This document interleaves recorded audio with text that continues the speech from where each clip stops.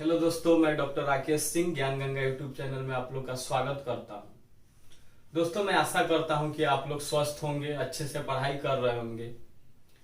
और सबसे पहले आज आप लोग को आज बताना चाहूंगा कि हम लोग एक ऐसे टॉपिक पे चर्चा करने जा रहे हैं जो कि प्रत्येक प्रतियोगी परीक्षा के लिए बहुत ही महत्वपूर्ण है।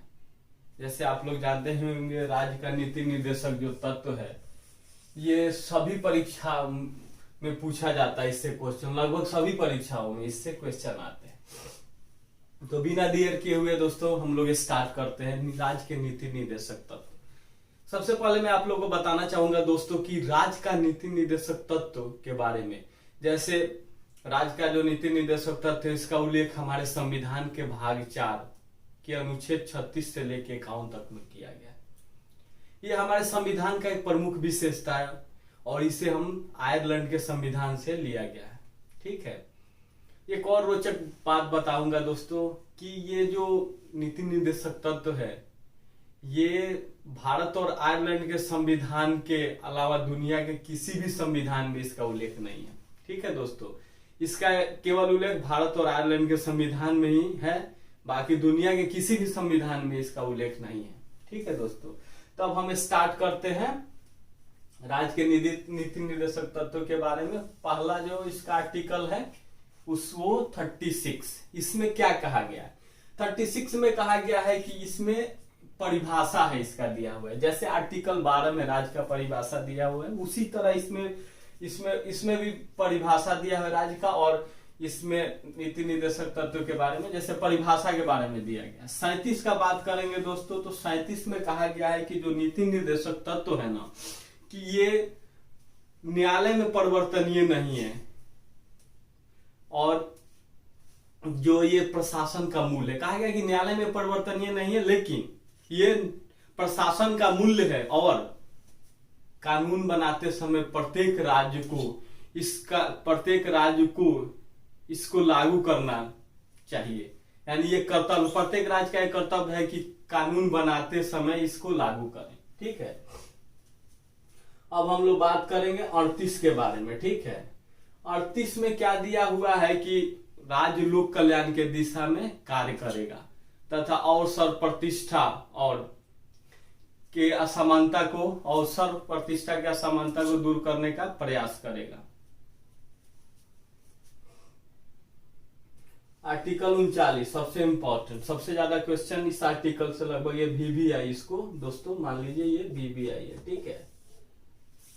इसमें कहा गया है कि जैसे राज्य ऐसा विधि का निर्माण करेगी, ऐसा जिसमें जीविकोपार्जन, सभी नागरिकों के जीविकोपार्जन का व्यवस्था होगा। उसमें ऐसे विधि बनाएगी जिसमें जीविकोपार्जन का, सभी नागरिकों के जीविकोपार्जन का व्यवस्था उसमें होगा। किसमें?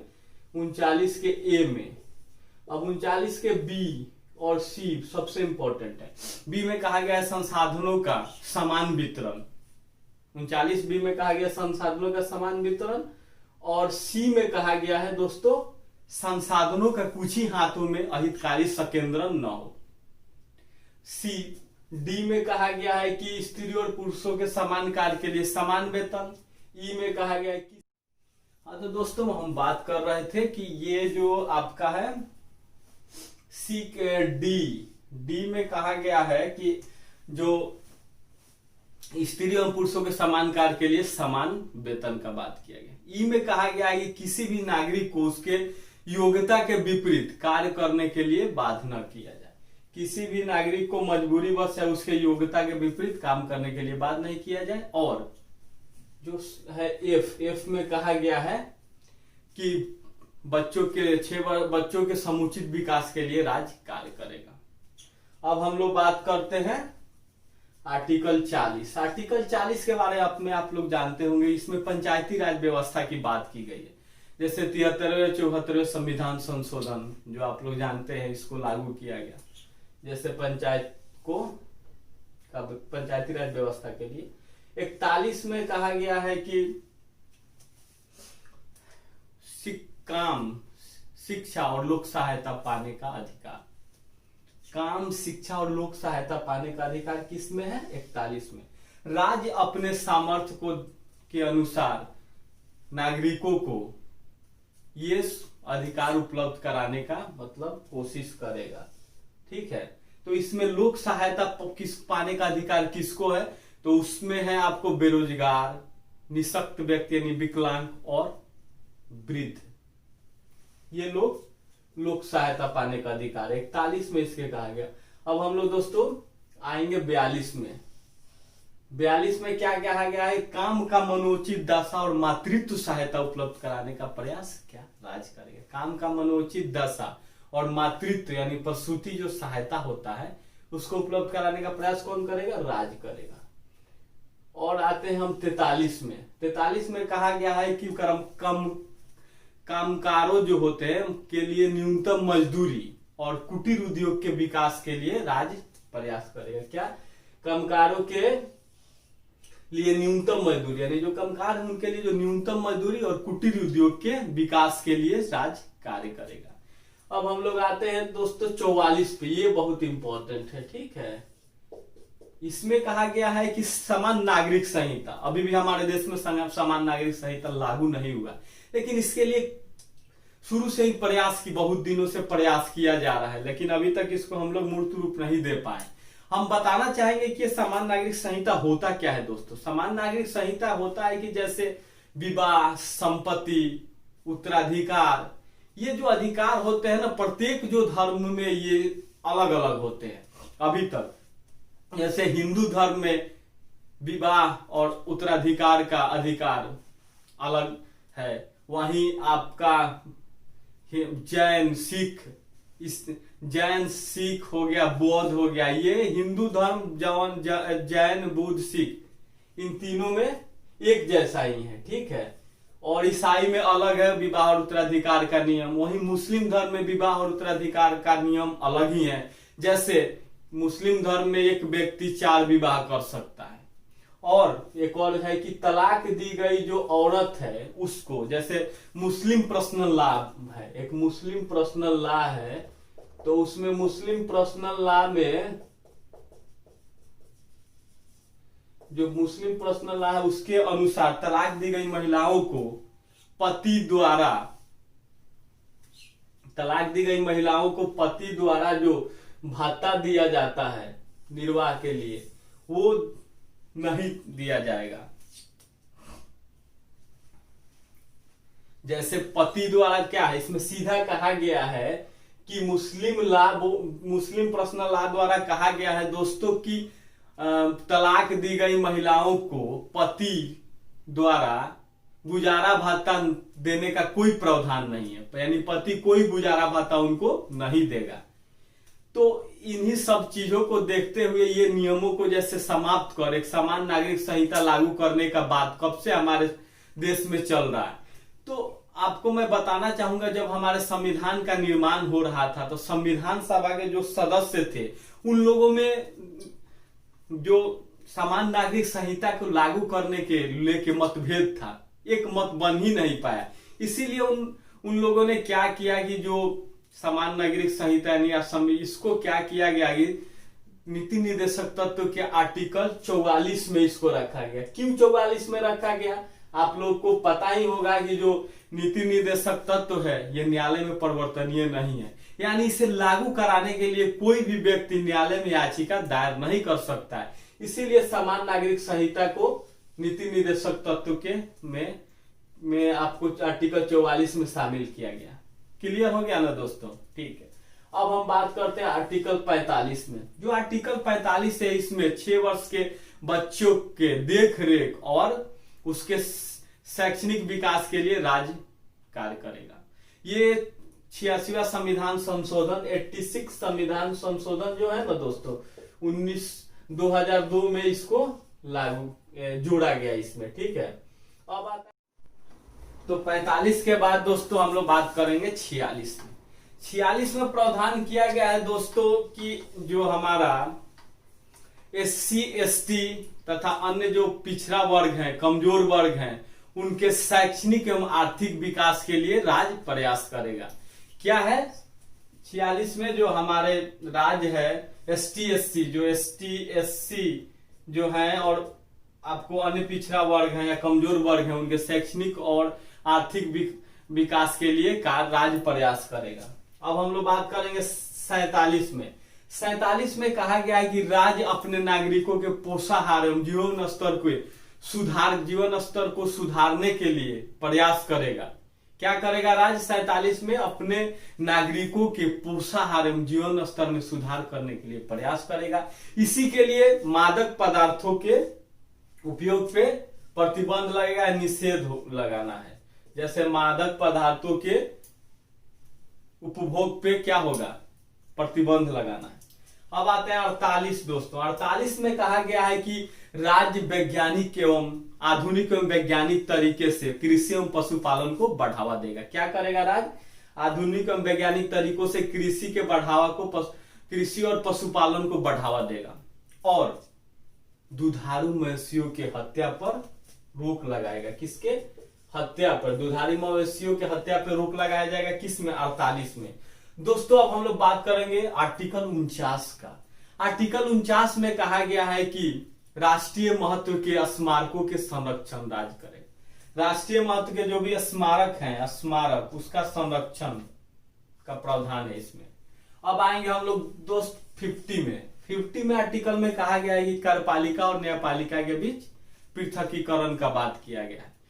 मतलब 50 में कार्यपालिका और न्यायपालिका के बीच पृथकीकरण के बात किया गया। और बात करते हैं आर्टिकल 51 में। दोस्तों आर्टिकल 51 में अंतर्राष्ट्रीय संधि एवं अंतर्राष्ट्रीय शांति एवं सुरक्षा का बात किया गया। शांति, अंतर्राष्ट्रीय शांति एवं सुरक्षा का बात किया गया।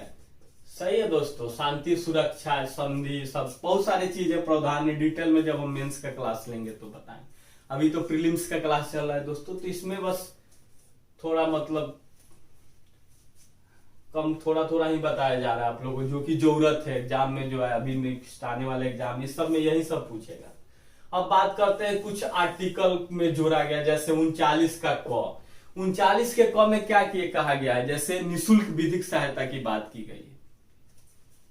और ख में कहा गया है कि ये जो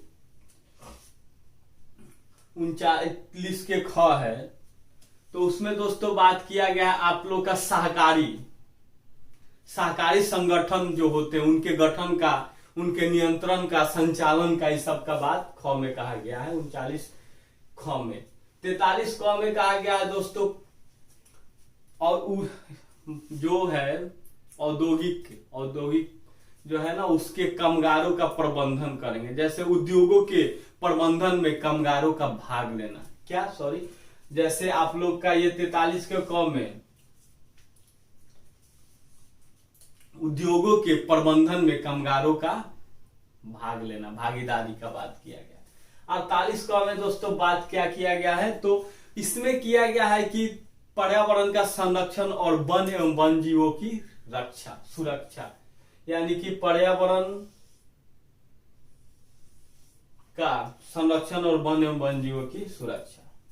ये हो गया आप लोग का दोस्तों ये चीजें। अब आप लोगों को मैं कुछ बताऊंगा विवाद, जैसे मूल अधिकार और आपका नीति निर्देशक तत्व में कुछ बातें, मतलब इस पे विवाद कैसे उभर के आई। सबसे पहले 1950 में चंपकम दोरजई राजन का जो वाद था उसमें विवाद उभर के आया। तो विवाद उभरा था जिसमें कहा गया था, न्यायपालिका ने कहा था कि जो मूल अधिकार को, उसमें मूल अधिकार को प्राथमिकता दी गई थी। किस पे? तो नीति निर्देशक तत्व पे मूल अधिकार को प्राथमिकता दी गई थी 1950 के चंपकम दोरजई राजन केस में। और उस समय मद्रास सरकार द्वारा जो जाति आधार पर आरक्षण दिया गया था उसको अवैध घोषित किया गया था। ठीक है दोस्तों।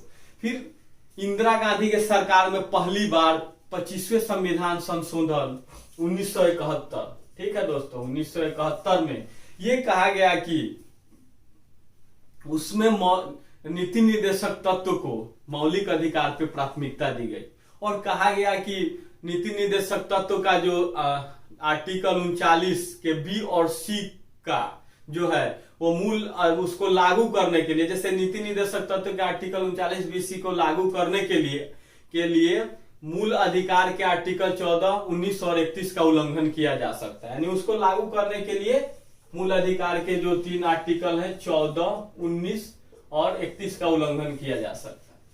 फिर तीसरा बाद आया आप लोग का केशवानंद भारती का बाद जो 1973 में आया है, ठीक है केस। उसमें भी यही कहा गया कि निदेशक तत्व के आर्टिकल 39-20 को लागू करने के लिए मूल अधिकार के जो आर्टिकल है 14, 19 और 31 का उल्लंघन किया जा सकता है। फिर तीसरा बात है मिनर्वा मिल्स, इसमें भी सेम चीज को दोहराया गया कि नीति निदेशक तत्व के आर्टिकल 39-20 को लागू करने के लिए मूल अधिकार का जो आर्टिकल है दोस्तों 14, 19 और 31 का उल्लंघन किया जा सकता है, ठीक है। अब हम लोग बात करेंगे इस पे, क्या नाम है कि जो इस पे दोनों में जो मूल अधिकार है और जो नीति निदेशक तत्व है, जो फंडामेंटल राइट और डीपीएसपी जो है उस पे हम लोग बात करेंगे। उसमें कुछ अंतर क्या है दोनों में, मतलब कि क्या मतलब इस अंतर है। तो बात पहला आप लोग जैसे जो मूल अधिकार है वो न्यायालय में परिवर्तनीय है, ठीक है, और नीति निदेशक तत्व न्यायालय में परिवर्तनीय नहीं है, पहला।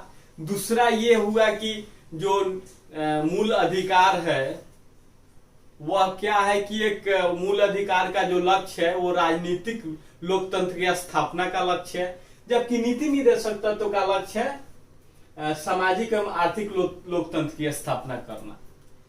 जो मूल अधिकार है वो एक नकारात्मक है क्योंकि वो जो सरकार पे कुछ प्रतिबंध आरोपित करता है। मूल अधिकार राज्य एवं सरकार के विरुद्ध प्राप्त होता है। मूल अधिकार जो है राज्य एवं सरकार के विरुद्ध प्राप्त होता है, और मूल अधिकार जो ये हो गया, और राज्य और सरकार जो है मूल अधिकार का उल्लंघन भी नहीं कर सकते हैं। यानी कि 3 चीज इसमें हुआ कि जैसे जो मूल अधिकार है ये क्या है, ये सरकार पर कुछ प्रतिबंध आरोपित करता है।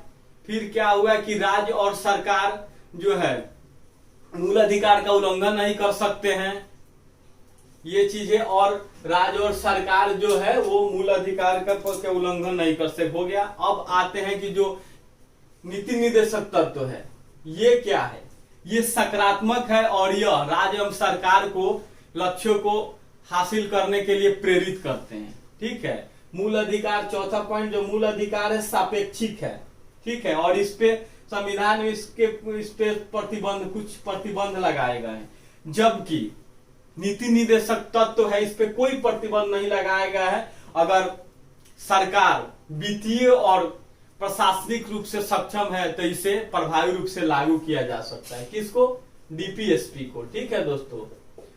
अब ये हो गया इसका।